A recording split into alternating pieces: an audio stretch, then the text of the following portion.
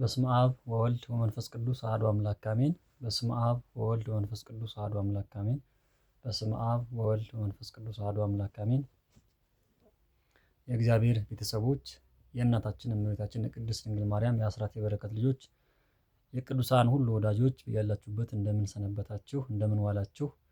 እንደምን እስከ ሰዓት ደረሳችሁ? አሜን።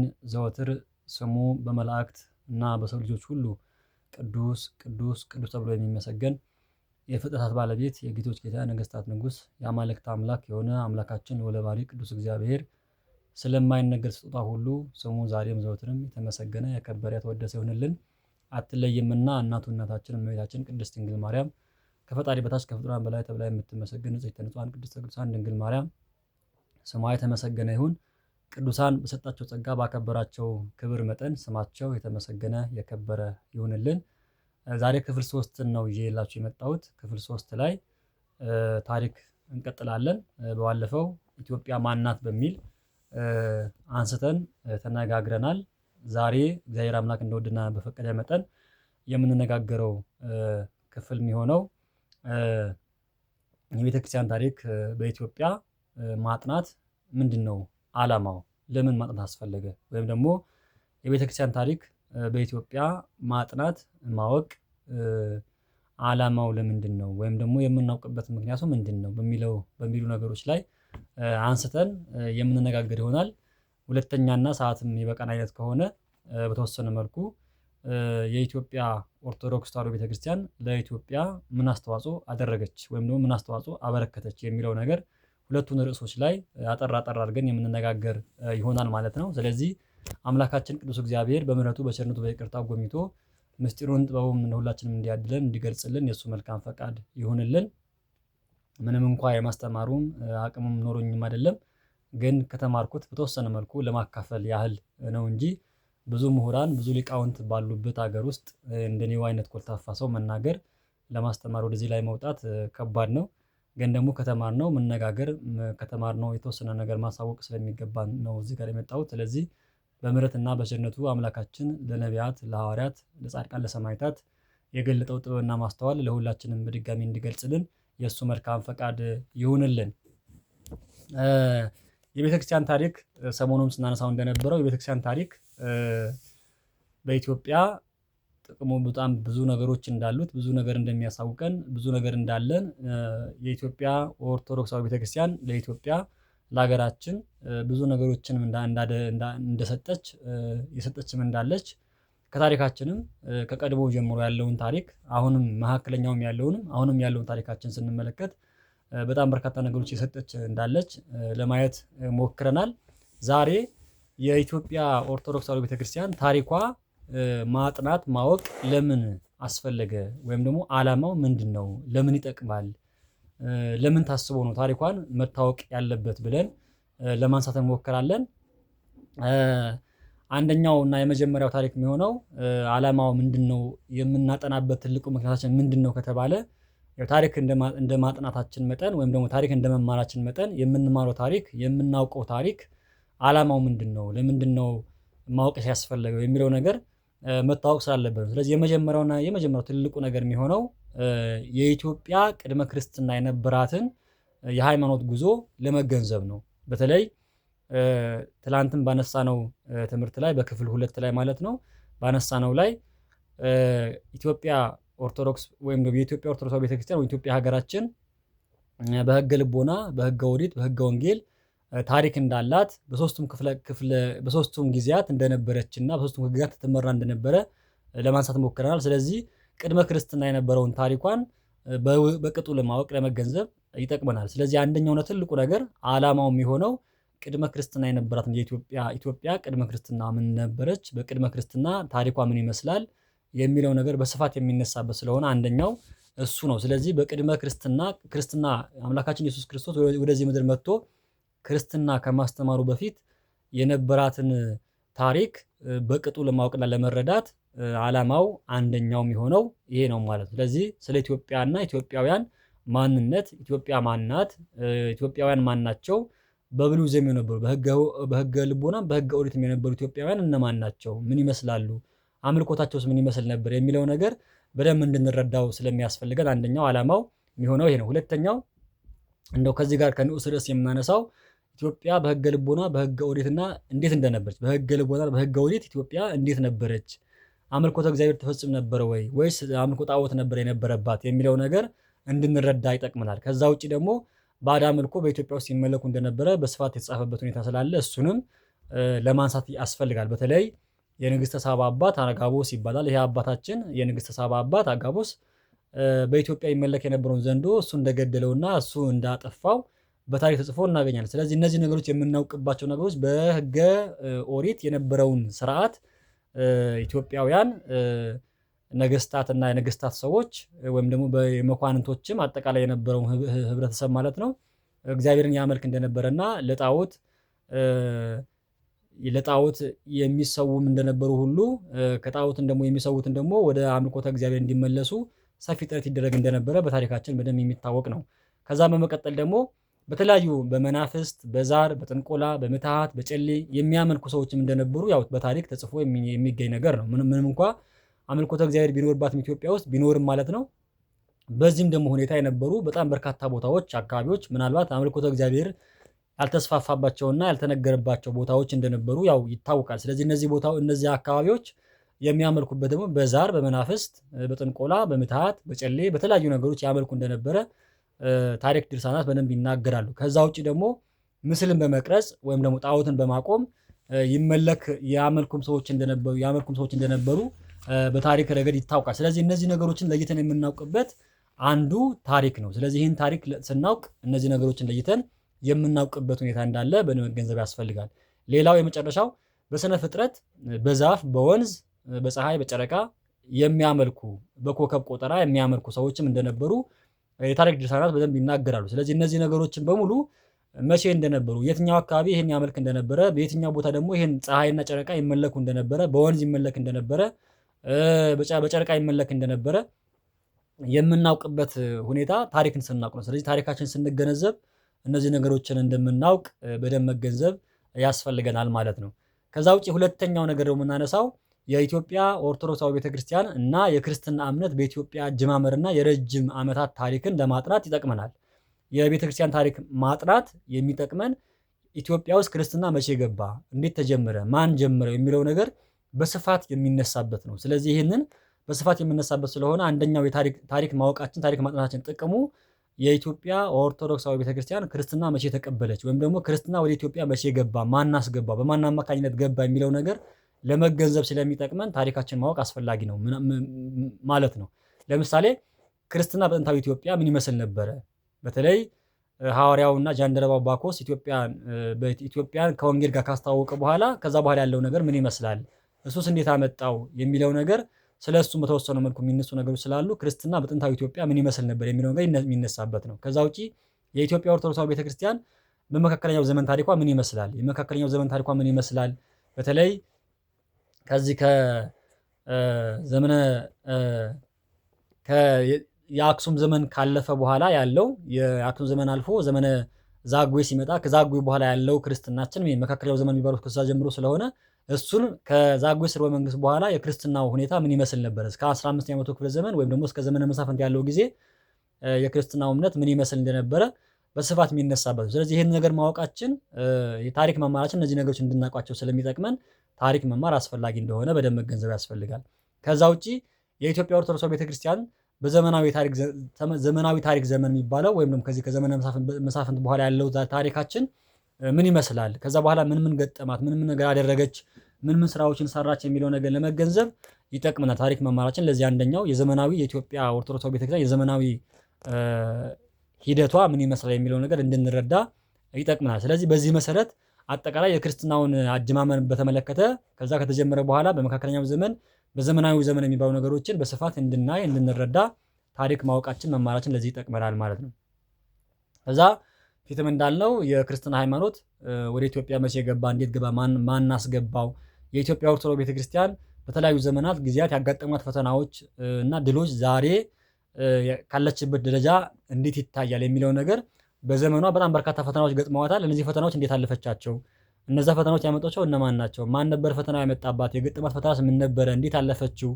ድሉስ እንዴት ነበረ የሚለው ነገር በስፋት የሚነሳበት ነው። ከዛ ውጪ በየጊዜውና በየዘመኑ ለተነሱ ቅዱሳን አበውና ቅዱሳን አንስት ታሪካቸውን እናውቅበታለን። ስለዚህ አንደኛው ትልቁ ነገር በየዘመናቱ የኢትዮጵያ ኦርቶዶክሳዊ ቤተክርስቲያን በጣም በርካታ ቅዱሳን አባቶቻችንና እናቶቻችን ተነስተዋል። እነዚህ ቅዱሳን አባቶቻችንና እናቶቻችንን በስፋት የሚዳሰስበት ታሪክ ስለሆነ ይህን ታሪክ በደንብ ማወቅ በደንብ መገንዘብ ያስፈልጋል። በተለይ ከውጭም ከሀገር ውስጥም የተነሱ ቅዱሳን ነገስታት ቅዱሳን ሰዎች ያሉባት ናት። በተለይ ጻድቃን ዘመጣ ከጻድቃን ዘመጣ በኋላ 9 ቅዱሳን መጥተዋል። ከ9 ቅዱሳን በኋላ ደግሞ ግብጽ ያው ሁላችንም እንደምናስታውሰው በግብጽ ሀገር ጳጳስ ይመጣልን ነበር። እነዚህም አባቶቻችን ከግብጽ መጥተው መርተውናል። ስለዚህ የእነሱን ታሪክ በተወሰነ መልኩ በደንብ መገንዘብ ያስፈልጋል። ከዛ ውጪ የሀገር በቀል ደግሞ ወይም ደግሞ የኛው አባቶቻችን የሆኑ ቅዱሳን የሆኑ ሰዎች አሉ።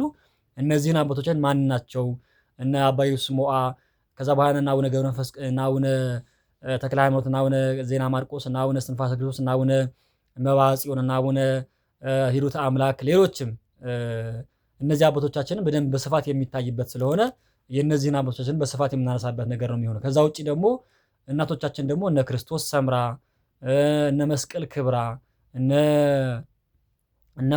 ወለተ ጴጥሮስ፣ እነ ፍቅርተ ክርስቶስ፣ እነዚህ እናቶቻችን በስፋት ስለነሱ ታሪክ የሚነሳበት ስለሆነ የቤተክርስቲያን ታሪክ ማወቅ ለዚህ ይጠቅመናል ማለት ነው። ከዛ ውጪ በየዘመናቱ የቤተክርስቲያንን መብት ስላስከበሩና ስለጠየቁ ነገስታት ታሪክን በደንብ እናነሳለን። በተለይ ነገስታቶቻችን በነገራችን ላይ ነገስታት ቅዱሳንም ነገስታቶች አሉ።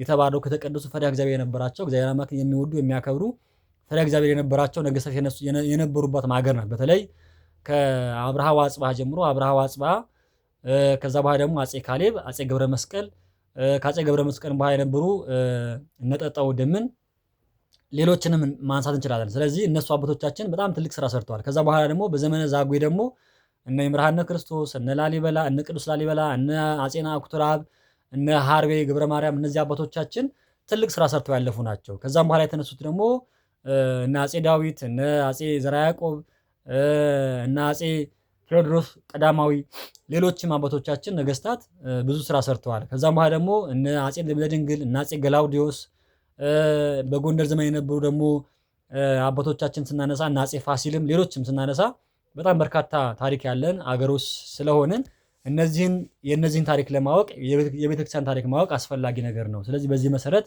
የሚታይ ነው። ከዛ ውጪ በዘመናቱ ለተነሱ ኢትዮጵያውያን ጠላቶች እንረዳለን። ማን ነበር ጠላቶቿ? በተለይ የአክሱም ስልጣኔ ከወደቀ በኋላ የአክሱም ስልጣኔ ሊወድቅ አካባቢ ሲል እስልምና ወደ ኢትዮጵያ ገብቷል።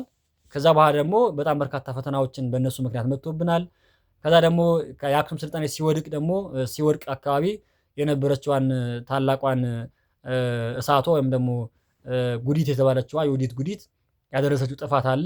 ከሷ በኋላ ደግሞ ያው መጥተው ብዙዎቹ በተለይ በዚህ በልብነ ድንግልና በአጼ ገላውዲዮስ ዘመን ደግሞ በመካከለኛው ዘመን ማለት ነው የአህመድ ግራኝ መነሳትና አህመድ ግራኝ ተነስቶ ቤተክርስቲያን ያደረሰባት ክፋትና መከራ በጣም በርካታ የተቀዩጡ ነገሮች እንዳሉ በደንብ ይታወቃል። ስለዚህ እነሱን በስፋት እንድናውቅ ከዛ በኋላ ደግሞ ሚስዮኖች መጥተዋል። ሚስዮኖች በተለይ ፖርቹጋሎች መጥተው የካቶሊክን እምነት ለማስፋፋት በጣም በርካታ ጥፋቶች አጥፍተውብናል።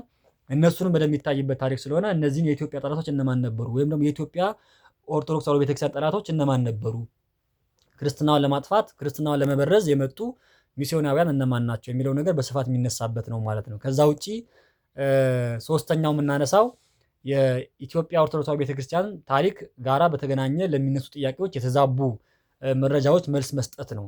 አንዱ ትልቁ ነገር እንደው የኢትዮጵያ ኦርቶዶክስ ተዋሕዶ ቤተክርስቲያን በተዛባ መልኩ የሚመለከቷት የሚያዩዋት ሰዎች ስላሉ የነዚህ ሰዎች ምላሽ መስጠት ያስፈልጋል። ምክንያቱም የኢትዮጵያ ኦርቶዶክስ ተዋሕዶ ቤተክርስቲያን በዘመኗ ለሀገራችን ብሎም ለጎረቤት ሀገራትም ትልቅ ስራ የሰራች እናት ቤተክርስቲያን ስለሆነች እቺ ቤተክርስቲያን በተለይ አሁን ታሪክ አወቅን ብለው የሚናገሩ ሰዎች ለነሱ ምላሽ መስጠትም ስለሚያስፈልግ የተዛባ ታሪክም ስለጻፉብን እነሱን ምላሽ መስጠት ስለሚያስፈልግ ታሪካችን ማወቅ መማር አንደኛው ለዚህ ምላሽ ይጠቅመናል። ስለዚህ አንደኛው የምናነሳው ነገር ይሄ ነው ማለት ነው። ከዛ ውጪ የኢትዮጵያ ኦርቶዶክሳዊ ቤተክርስቲያን ለኢትዮጵያ ያበረከተችው አስተዋጽኦ ምንነት ምን እንደሆነ ለመገንዘብ ስለሚጠቅም ነው። የኢትዮጵያ ኦርቶዶክሳዊ ቤተክርስቲያን ለሀገራችን ምን አበረከተች፣ ከኋላ እመጣበታለሁ፣ ምን አበረከተች፣ ምን አስተዋጽኦ ነበራት የሚለው ነገር በስፋት የሚታይበት ስለሆነ አንደኛው ይሄ ነው። ስለዚህ የኢትዮጵያ ኦርቶዶክሳዊ ቤተክርስቲያን ለሀገራችን በጣም በርካታ ስራዎች ሰርታለች፣ ከኋላ እመጣበታለሁ። ስለዚህ እነዚህ ነገሮች ለማወቅ ይጠቅመናል። ስለዚህ እንደው ከተነሱ የተዛቡ ታሪኮች መካከል ያው የሚነሱ ነገሮች አሉ። በተለይ አምልኮተ እግዚአብሔር በኢትዮጵያ ፈጽሞ አልነበረም ብለው የሚከራከሩ ሰዎች አሉ። ምክንያቱም አምልኮተ እግዚአብሔር በብሉይም በሐዲስም አልነበረም፣ ክርስትናው የገባው በዚህ ዘመን ነው ብለው የሚከራከሩ ሰዎች አሉ። በተለይ አምልኮተ እግዚአብሔር አልነበረም ብለው የሚናገሩ ሰዎች አሉ። ለእነዚህ ሰዎች ምላሽ ለመስጠት ታሪካችን ማወቅ በደንብ ያስፈልገናል ማለት ነው። አንደኛው ይሄ ነው። ከዛ ውጪ የአሁኑ ኢትዮጵያ የጥንቷ ኢትዮጵያ ታሪክና የሱዳን መርዌና ናፓታ ህንድ ናት እንጂ ህንድ ናት ብለው የሚከራከሩ ሰዎች አሉ። አሁን ያለችው የኢትዮጵያ ታሪክ የጥንቷ ኢትዮጵያ እቺ አይደለችም። በጣም በመጽሐፍ ቅዱስ ያለችው ኢትዮጵያ እሷ አይደለችም። የጥንቷ ኢትዮጵያ ተብላ የምትነሳው የነ ሱዳን፣ የነ መርዌ፣ የነ ናፓታ፣ የነ ህንድ የነሱ ታሪክ ነው እንጂ የኢትዮጵያ ታሪክ አይደለም ብለው የሚከራከሩ ሰዎች አሉ። ስለዚህ ይሄ በመጽሐፍ ቅዱስ ገልጠን በደንብ ማስረዳት ስለሚገባን ጥንት የነበረችው ኢትዮጵያ አሁንም ያለችው ኢትዮጵያ እሷ እንደሆነችና የሱዳንም የመርዌም የናፓታም የህንድም ታሪክ እንዳልነበረን በደንብ መገንዘብ ያስፈልጋል። ስለዚህ እነዚህ ነገሮች የተዛቡ ታሪኮች ስለሆኑ እነሱ ለማጥራት ታሪካችን በደንብ ማወቅ ያስፈልገናል ማለት ነው። ከዛ ውጪ ደግሞ የኢትዮጵያ ጥንታዊ ቅርሶች ውጤት የውጭ ሀገራት ዜጎች የሰሯቸው ናቸው ብለው የሚከራከሩ ሰዎች አሉ። በተለይ የተጻፉ ነገሮች አሉ። በጣም በርካታ ብራና መጻሕፍቶች አሉ፣ ቅርሶች አሉ፣ ብዙ ወርቆች አሉ፣ ብዙ ብሮች አሉ፣ ብዙ ነሐሶች አሉ፣ ከብዙ መልኩ የተሰሩ ቅርጻ ቅርጾች አሉና እነዚህ ነገሮች በሙሉ የሰሯቸው የውጭ ሀገር ሰዎች ናቸው ብለው የሚከራከሩ ሰዎች አሉና ስለዚህ እነዚህን ምላሽ መስጠት ስለሚያስፈልግ ታሪካችን ማወቅ ያስፈልገናል ማለት ነው። አንደኛው ይሄ ነው። ከዛ ውጪ የክርስትናው እምነት የገባው ኢትዮጵያ ውስጥ በአራተኛው መቶ ክፍለ ዘመን ብለው የሚናገሩ ሰዎች አሉ። ይሄ በጣም ፈጽሞ ከእውነት የራቀ ነገር ስለሆነ ምክንያቱም እኛ የምንከተለው መጽሐፍ ቅዱስ እንኳን እየመሰከረ እነሱ ደግሞ ታሪክ ጸሐፊያን አይደለም ኢትዮጵያ ክርስትና የተቀበለች በአራተኛው መቶ ክፍለ ዘመን ብለው የሚከራከሩ ሰዎች አሉ። ይሄ በፍጹም ከእውነት የራቀ ነገር ስለሆነ የዚህ ምላሽ ከመጽሐፍ ቅዱስ ጋር እያገናኘን የምንሰጥበት ስለሆነ ይሄ ታሪካችን ማወቅ አስፈላጊ ነገር ነው ማለት ነው። ከዛ ውጪ ቅዱስ ያሬድ ኢትዮጵያዊ አይደለም ብለው የሚነሱ ሰዎች ደግሞ አሉ። ቅዱስ ያሬድ ኢትዮጵያዊ አይደለም ብለው የሚከራከሩ ሰዎች አሉ። ይሄ በጣም ከእውነት የራቀ ፍጹም የተወለደበት ቦታ የሚታወቅ አባቱ ማን እንደሆነ እናቱ ማን እንደሆነች የሚታወቀው ቅዱስ ያሬድ ኢትዮጵያዊ አይደለም ብለው የሚከራከሩ ሰዎች ስላሉ ለእነሱ ምላሽ ለመስጠት ታሪካችን ማወቅ አንዱ አስፈላጊ ነገር ነው። ከዛ ውጪ የእስላም ንጉስ በኢትዮጵያ ውስጥ ነግሷል ብለው የሚከራከሩ ሰዎች አሉ። በፍጹም በታሪካችን የእስላም ንጉስ ነግሶ አያውቅም። የተቀየረም ንጉስም ወደ እስልምና የተቀየረ ንጉስም የለንም። ስለዚህ የእስላም ንጉስ በኢትዮጵያ ውስጥ ነበረ ብለው የሚናገሩ ሰዎች አሉ እና ይሄ በጣም ከእውነት የራቀ ከታሪክም ያፈነገጠ ስለሆነ ይህን ነገር በደንብ መገንዘብ ማወቅ ስለሚገባን ታሪካችን ስንመረምር ታሪካችን ስናውቅ ወይም ደግሞ ታሪካችን መርምረን ስንረዳ እነዚህ ነገሮች ሐሰት ሆነው ስለምናገኛቸው ይህንን በደንብ መታወቅ መቻል ያለበት ነው። ከዛ ውጪ ንግስተ ሳባ ኢትዮጵያዊት አይደለችም ብለው የሚነሱ ሰዎች ደግሞ አሉ። እኛ የምናውቃት በመጽሐፈ ነገሥት ቀዳማዊ ምዕራፍ 10 የተገለጠችው የኢትዮጵያዊቷ ንግስተ ሳባ ኢትዮጵያዊ እንደሆነች ከዛም በፊት የነበሩትም እነ ካሲዮፒያም እነ አንድሮሜዳም ኢትዮጵያውያን እንደነበሩ ሁላ በደንብ መታወቅ መቻል አለበት። ስለዚህ እነዚህ እናቶቻችን ነገስታት ናቸው። በጠፈር ሁላ ሳይቀር ሳይንቲስቶች እንኳን እነ መምህር ሮዳስ ሲያስተምሩ ያው እነ ካሲዮፒያና እነ አንድሮሜዳ የጠፈር ስም ሁላ ስያሜ የተሰጣቸው ሰዎች ናቸው። ስለዚህ በዛ መሰረት ኮከባት እንኳን በእነሱ ስም ተጠርተዋልና ይህንን ሁላ ያላቸው ታሪክ ያላቸው ኢትዮጵያን እናቶቻችን የኛ አይደሉም ብሎ መከራከር ይሄ ታሪክን ማጥፋት ከኢትዮጵያዊነት ወርዶ መታየት ስለሆነ ይህንን ነገር በስፋት መገለጽ ስላለበት ይህንን በደንብ የምናየው ነገር ነው የሚሆነው። ከዛ ውጪ የሚታየው ታሪካችን ከዛ ውጪ የምናየው ታሪክ የክርስትና እምነት ሲገባ የኢትዮጵያ ስልጣኔ ጠፋ ደከመ የሚሉ ሰዎች ደግሞ አሉ። ይሄ አሁን የሚነገር ታሪክ ነው። የክርስትና ታሪክ ክርስትና ወደ ኢትዮጵያ ሲመጣ የኢትዮጵያ ታሪኳ ጠፍቷል፣ ስልጣኔዋ ጠፍቷል ብለው የሚናገሩ ሰዎች አሉ። ማነው ስልጣኔው ያመጣው? ማነው ስልጣኔው የሰራው?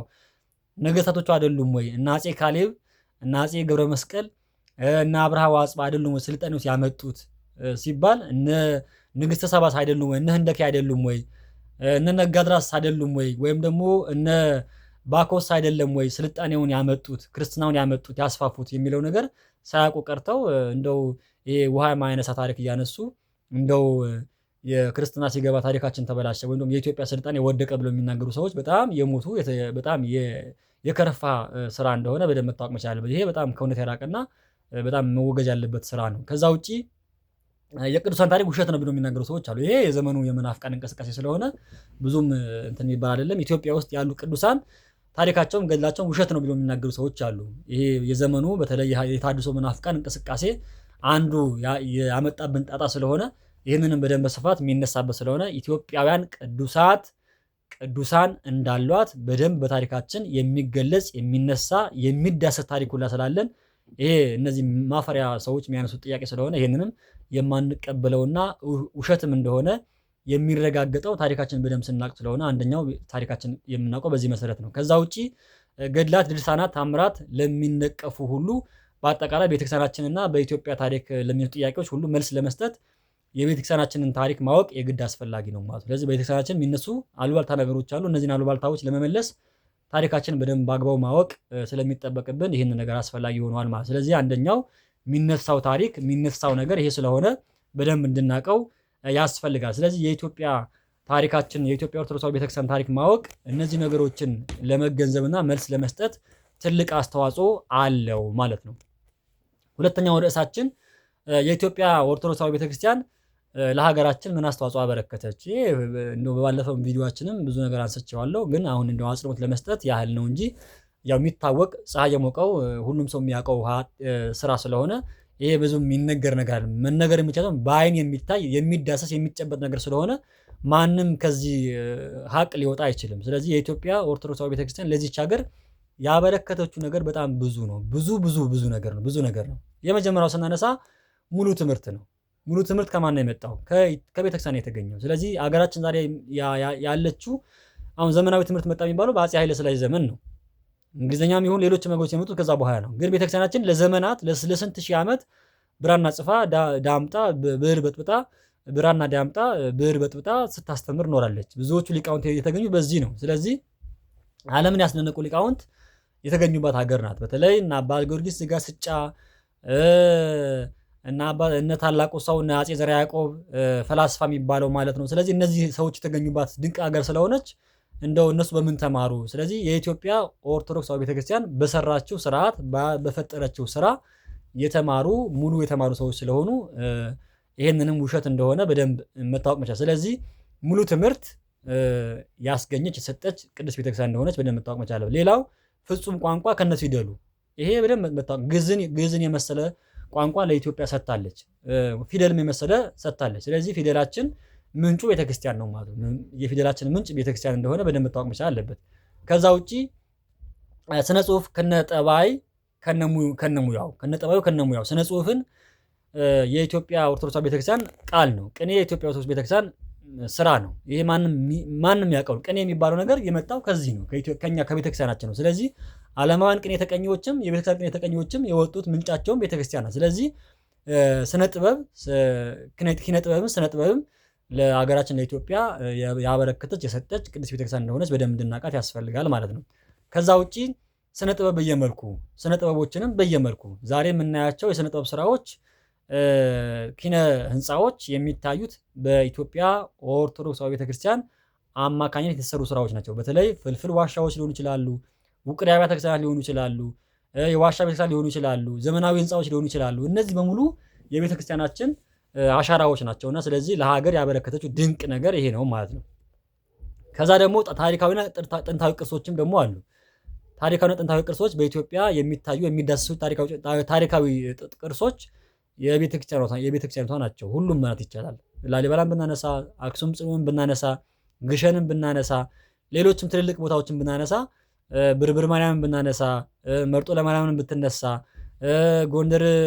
የጎንደር አብያተ ክርስቲያናትን ቢነሱ፣ ሌሎችም ነገሮች በኢትዮጵያ የሚታዩ ነገሮች በሙሉ አይን የሚታዩ ቦታዎች በሙሉ የኛ የቤተክርስቲያናችን ስራዎች እንደሆኑ በደንብ መገንዘብ ያስፈልጋል። ስለዚህ ለሀገር የሰጠችው ትልቅ ድንቅ ስጦታ እንደሆነ በደንብ ልንረዳ ያስፈልጋል ማለት ነው። ሌላው እምነትን ከፍልስፍናው፣ እምነትን ከነተግባሩ፣ እምነትን ከነአምልኮ የሰጠች ለሀገር ያበረከተች እቺ ቤተክርስቲያን እንደሆነች በደንብ እንድንገነዘብ ያስፈልጋል። ስለዚህ እቺ ቤተክርስቲያን ለኢትዮጵያ ያልሰጠችው ነገር የለም። ሁሉ ነገሯ ማለት ነው። ሁሉ ነገር ሰጥታለች። ዛሬ የምንተነፍሰው አየር ያለው በኢትዮጵያ ኦርቶዶክሳዊ ቤተክርስቲያን በአጸዶቿ ባሉ ዛፎች ነው። ዛፎቿም ማየት ይቻላል። ስለዚህ ለዓለም ቅርስ የሆነ ለዓለም ትልቅ ትሩፋት የሆነ የሚነገርላት ታሪኳ ዛፎቿ መመልከት ይቻላል። በጣም ጥቅ ደኖች በኢትዮጵያ ያሉት የቤተክርስቲያን ናቸው። ስለዚህ ይሄ ቤተክርስቲያን ምን ያህል ለብዝሃ ሕይወት ምን ያህል እንደምትጨነቅና ምን ያህል እንደምትጨነቅላቸው የሚያሳይ ነገር ስለሆነ ለሀገራችንም ትልቅ ህይወት፣ ትልቅ እስትንፋስ፣ ትልቅ አየር የሰጠች እንደሆነች በደንብ እንድናውቃት ያስፈልጋል ማለት ነው። ሌላው እምነትን ከነ ፍልስፍናው ሲባል እምነትን ከነ ተግባሩ ከነ ሙያው፣ እምነት ሲባል ከነ ምግባሩ ነው። ስለዚህ እምነት ወይም ደግሞ ሃይማኖት ከነ ምግባሩ ማለት ነው። ምግባር ወይም ደግሞ ትሩፋት ነው። ስለዚህ ትሩፋት ስራዎች ሲባል ሰው እንዲረዳ፣ እንዲደግፍ፣ ያዘኑትን እንዲያጽናና፣ የተቸገሩትን እንዲረዳ፣ ህሙማንን እንዲጠይቅ፣ እንዲፈውስ፣ ነገሮች በሙሉ እንዲሰራ፣ በሽተኞችን እንዲፈወስ፣ ጸበልም እንዲኖር ያደረገችው እቺ ቤተክርስቲያን ናት። ስለዚህ ኢትዮጵያ ኦርቶዶክሳዊ ቤተክርስቲያን ለሀገራችን ያልሰጠችው ነገር የለም ማለት ይቻላል። ስለዚህ ሁሉ ነገር የእሷ ነው። ሁሉ ነገር ከእሷ ለእሷ የሆነ ለኢትዮጵያ የሰጠች እሷ እናታችን እንደሆነች በደንብ እንድንገነዘብ ያስፈልጋል ማለት ነው። ከዛ ውጪ ነፃነት ከነ ክብሩ ሰጥታለች። ቤተክርስቲያናችን ሀገር ሲደፈር ሆ ብላ ታቦት ይዛ ትወጣለች። ነገስታቶቿም ታቦት ይዘው ይወጣሉ። ካህናቶቿም ታቦት ይዘው ይወጣሉ። ስለዚህ በዚህ መሰረት ነፃነት ከነ ክብሩ የሰጠች እቺ ቤተክርስቲያን እንደሆነች በደንብ ማንም በአደባባይ የሚናገረው የሚያውቀው ሀቅ ስለሆነ ይሄ ማይካደው ነገር ነው። ስለዚህ የኢትዮጵያ ኦርቶዶክሳዊ ቤተክርስቲያን በትንሹ እንኳን የምናነሳ የካቶሊክ ሚስዮናውያን ወደዚህ መጥተው በነበረ ጊዜ ካቶሊካውያን እንዲወጡ ትልቁ ስራ የሰራችው ቤተክርስቲያን ናት። ከዛ ውጪ ደግሞ ጣሊያንም በዚህ በመጣ ጊዜ ያው አድዋን ስናነሳ የአራዳ ጉድጉድ ሳይነሳ አይቀርምና፣ ስለዚህ ታሪካችን ታቦታት ወጥተው እንደ ሰዎች ተዋግተው ድል አድርገው የተመለሱት በዚህ ምክንያት እንደሆነ በደንብ እንድናውቅ ያስፈልጋል። ስለዚህ የኢትዮጵያ ኦርቶዶክሳዊ ቤተክርስቲያን ለሀገራችን ለኢትዮጵያ ነፃነት ከነክብሩ የሰጠች እንደሆነች እንድንገነዘብ ያስፈልጋል ማለት ነው። ሌላው አንድነት ከነጀግንነቱ ኢትዮጵያ አንድ እንድትሆን በሰፊው የምትሰራው እቺ የኦርቶዶክሳዊ ቤተክርስቲያን ናት። ይሄ ምንም ጥርጥር የለው ነገር ነው። በእንተ ሀገሪትነ ብላ የምትጸልይ፣ በእንተ ንጉሥነ ብላ የምትጸልይ፣ ስለ አየሩ፣ ስለ ነፋሱ፣ ስለ ወንዙ፣ ስለ እርሻው፣ ስለ አዝረቱ፣ ስለ አትክልቱ፣ ስለ አዕዋፉ፣ ስለ ሁሉ ነገር የምትጸልየው ቤተክርስቲያን ናት። ስለዚህ ቤተክርስቲያን ስለ አንድነት ትሰብካለች፣ ታስተምራለች፣ ትጸልያለች። ስለዚህ ቤተክርስቲያናችን አንድነት ከነጀግንነቱ የሰጠች እንደሆነ ወይም ደግሞ ቤተክርስቲያናችን አንድነትን እንደምትደግፍ ማንንም ሳትለይ ቤተክርስቲያን የራሷ ልጆች ብቻ ሳይሆን ከውጭ መጥተው እንኳን ተቀብላ ያስተናገደች ስለሆነች እቺ ሀገር አንድነትን ከነክብሩ አንድነትን የምትሰብክ ኢትዮጵያውያን ሁሉ አንድ ናቸው ብላ የምታምን የእግዚአብሔር ልጆች ናቸው፣ እግዚአብሔር አምላክ የፈጠራቸው የእጁ ስራዎቹ ናቸው ብላ የምታምን ስለሆነች አንድነትን የምትሰብክ ቤተክርስቲያን እንደሆነች በደንብ እንድናውቃት ያስፈልጋል ማለት ነው። ከዛ ውጪ ስም ከነ ምልክቱ የሰጠች ናት። ብዙ ስሞች አሉ ኢትዮጵያ ውስጥ። ስለዚህ ስሞችን ከነ ምልክታቸው ከነ ትርጉማቸው የሰጠች እቺ ቤተክርስቲያን ናት። ስመ ክርስትና ሰጥታ ተጠምቀ መድህን ወልደ ገብርኤል፣ ሰይፈ ገብርኤል፣ ኪዳነ ማርያም፣ ወልደ ማርያም፣ አባ ኪዳነ ማርያም ተብለው ብላ የምትሰጥ የምትሰይም እቺ ቤተክርስቲያን ናት። ስለዚህ ስምን ከነ ግብር ከነ ምልክቱ የምትሰጥ እቺ ቤተክርስቲያን እንደሆነ፣ ስለዚህ ስምም አሰጣጥ ከዚህ ከኢትዮጵያ ኦርቶዶክሳዊ ቤተክርስቲያን ወይም ከክርስትና እምነት የወጣ እንደሆነ በደንብ እንድንገነዘበው ያስፈልጋል ማለት። ከዛ ውጪ ባህልና ማህበራዊ ኑሮም ያስተማረች ቤተክርስቲያን ናት። በነገራችን ላይ አጠቃላይ በኢትዮጵያ ውስጥ የሚደረጉ ባህላት ባለፈ ቪዲዮም ላይ እንደገለጽኩት መጽሐፍ ቅዱሳዊ የሆኑ ነገሮች ናቸው። መጽሐፍ ቅዱሳዊ የሆኑ ነገሮች ባህሎች አሉ ኢትዮጵያ ውስጥ። ጥምቀትም ጥምቀታችን ብናከብር፣ ደብረ ታቦርን ብናከብር፣ ግንቦት ልደታን ብናከብር፣ አንትሮሸትን ብናከብር፣ ግርውየም ብናከብር፣ ሌሎችም ነገሮች ብናከብራቸው እነዚህ ስሞች በሙሉ የሚጠሩ ነገሮች በተለያዩ ሀገሮች በኢትዮጵያ ባሉ በተለያዩ ማህበረሰቦች የሚነገሩ ነገሮች ባህሎች ወይም ደግሞ ወጎች እነዚህ ከመጽሐፍ ቅዱስ የወጡ ስለሆኑ ምንጮቿ ቤተክርስቲያን ናቸው ማለት። ስለዚህ በደንብ እንድናውቅ ያስፈልጋል። ይሄ መሰረታዊ የሆነ ነገር ስለሆነ ባህሏ መጽሐፍ ቅዱሳዊ ነው። የኢትዮጵያ ኦርቶዶክሳዊ ቤተክርስቲያን ያወረሰቻት ለሀገራችን የሰጠችው ትልቁ ባህል ነው። ስለዚህ አንደኛው ማህበራዊ ኑሮ ተደጋግፎ መኖር፣ ተዛዝኖ መኖር፣ የለቅሶ ስርዓት፣ የጋብቻ ስርዓት፣ የሰዎች ሲታመሙ የሚደረገው ጥረት፣ እናቶች ሲወልዱ የሚደረገው ጥረት፣ መደጋገፉ፣ መከባበር፣ የደቦ ስራዎች በሙሉ የመጡት ከዚህ ከኢትዮጵያ ኦርቶዶክሳዊ ቤተክርስቲያን እንደሆነ በደንብ እንድንገነዘበው ያስፈልጋል። ስለዚህ ማህበራዊ ኑሯችን መሰረቱ ቤተክርስቲያን እንደሆነች በደንብ መታወቅ መቻል አለበት። መደጋገፉ፣ አብሮ መብላቱ፣ አብሮ መጠጣቱ፣ አብሮ በዓላት ማክበሩ፣ አብሮ በዓላት ተገኝቶ መከባበሩ፣ መቻቻሉ፣ ሽማግሌን ማክበር፣ እናቶችን ማክበር፣ ታላላቆችን ማክበር፣ ለንጉሶች መስገድ፣ ንጉሶችን ማክበር፣ ንጉስን መውደድ፣ ሀገርን መውደድ ያስተማረች እቺ ቤተክርስቲያን እንደሆነች በደንብ እንድንገነዘብ ያስፈልጋል ማለት። ከዛ ውጭ የመጨረሻው ማነሳው ቅርስና ቱሪዝምን ለአገራችን የሰጠች ያበረከተች እቺ ቅድስት ቤተክርስቲያን ናት። በተለይ ዛሬ የምናያቸው ትልልቅ ቅርሶች የኢትዮጵያ ኦርቶዶክሳዊ ቤተክርስቲያን ናቸው። ላሊበላም ይሁን ግሸን፣ አክሱምም ይሁን ሌሎችም ቦታዎች የምንመለከታቸው የኢትዮጵያ ኦርቶዶክስ ተዋሕዶ ቤተክርስቲያን አሻራዎች ናቸው። ይሄ ማንም ማወቅ ያለበት መገንዘብ አለብን። በተለይ ወጣቱ ትውልድ ይሄን ታሪክህን በደንብ አውቀህ መጠበቅ መቻል አለብን። ታሪካችን በደንብ አውቀን መጠበቅ ካልቻልን ዛሬ ማንንም ፈረንጅ ተነስቶ እንዲናርግልህ እንዲልበልልህ ሲልህ ዝም ብለህ መቀመጥ ማየትም የለብህም። ስለዚህ ታሪካችን በደንብ ማወቅ፣ ታሪካችን በደንብ መስማት፣ ታሪካችን በደንብ ማወቅ ያለብን። ስለዚህ ኢትዮጵያ ኦርቶዶክሳዊ ቤተክርስቲያን ለዚች ሀገር ያልሆነችው ያላደረገችው ነገር የለም። ስለዚህ ቅርስና ቱሪዝምን ለኢትዮጵያ እየሰጠችም ያለች ዛሬ ትልቁ የገቢ ምንጭ የሆነው የቱሪዝም ምንጭ ወይም ደግሞ በኢኮኖሚው ረገድ ትልቁ ምንጭ የሆነው የቱሪዝም ሀብት የአብዛኛው የሚነሳው የኢትዮጵያ ኦርቶዶክሳዊ ቤተክርስቲያን ሀብት ነው። ይሄ በደንብ ሁላችንም ማወቅ መቻል አለብን።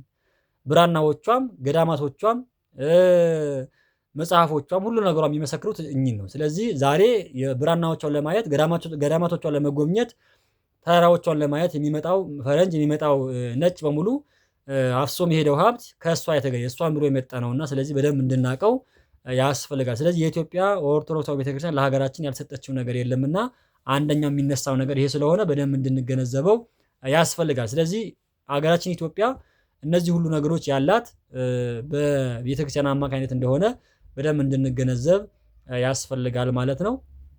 ከዛ ውጭ በሚቀጥለው ቪዲዮአችን በክፍል 4 የምናየው ቪዲዮአችን የኢትዮጵያ ስያሜ ኢትዮጵያ የሚለው ስያሜ ከየት ነው የመጣው? ኢትዮጵያ ማን ናት? የሚለው ነገር ባለፈ አይተናል። በመጽሐፍ ቅዱስም ከመጽሐፍ ቅዱስ ውጪም ከዛ ውጪ ደግሞ የኢትዮጵያ ስያሜ ከየት ነው የመጣው የሚለው ነገር በስፋት ከሚቀጥለው ቪዲዮአችን እናየዋለን። አምላካችን ለዛ ሰው ይበለን።